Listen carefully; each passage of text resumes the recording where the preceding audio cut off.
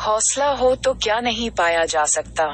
इंसान में सच्ची प्रतिभा होनी चाहिए, बस फिर कोई भी कठिनाई उसका रास्ता या उसके बुलंद हौसलों को मात नहीं दे सकती।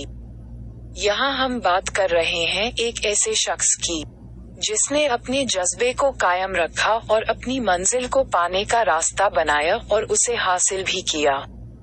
श्रीकांत बोला, जो बचपन से ही ब्लाइंड हैं, आज 50 करोड़ रुपए की consumer food packaging company ballot industries के सीईओ के पद पर नियुक्त हैं।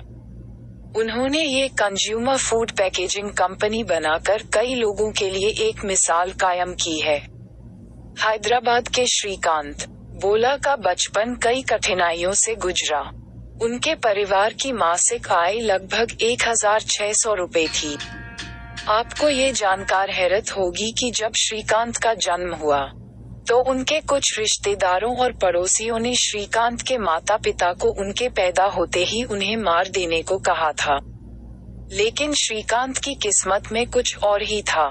किस्मत भी उन्हीं का साथ देती है, जो खुद पर भरोसा और अपनी मेहनत से कुछ कर दिखाने का दम रखते हैं।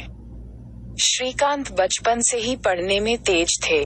परिवार की आर्थिक स्थिति ठीक न होने के बावजूद श्रीकांत ने 10वीं अच्छे अंकों से उत्तीर्ण की। उनकी मुश्किलें यहीं खत्म नहीं हुई। वह 10वीं के बाद साइंस पढ़ना चाहते थे, लेकिन उनके ब्लाइंड होने के कारण उन्हें इसकी इजाजत नहीं मिली। श्रीकांत भी कहाँ हार मानने वालों में से थे।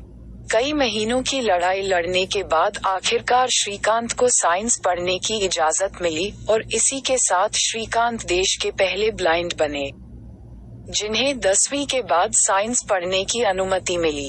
इसके बाद श्रीकांत ने दोबारा पीछे मुड़कर नहीं देखा। श्रीकांत को अपनी स्कूली पढ़ाई पूरी करते ही अमेरिका के मैसाचुसेट्स प्रौद्योगिकी संस्थान मिट में प्रवेश मिला। इसी के साथ ही श्रीकांत देश के पहले ऐसे ब्लाइंड स्टूडेंट बने जिन्होंने MIT से शिक्षा प्राप्त की। अमेरिका से अपनी शिक्षा लेने के बाद श्रीकांत ने हैदराबाद में अपनी कंपनी की शुरुआत की। श्रीकांत ने लोगों के खाने पीने के सामान की पैकिंग के लिए कंज्यूमर फूड पैकेजिंग कंपनी का गठन किया। इस कंपनी की शुरुआत श्रीकांत ने 8 लोगों की एक टीम से की।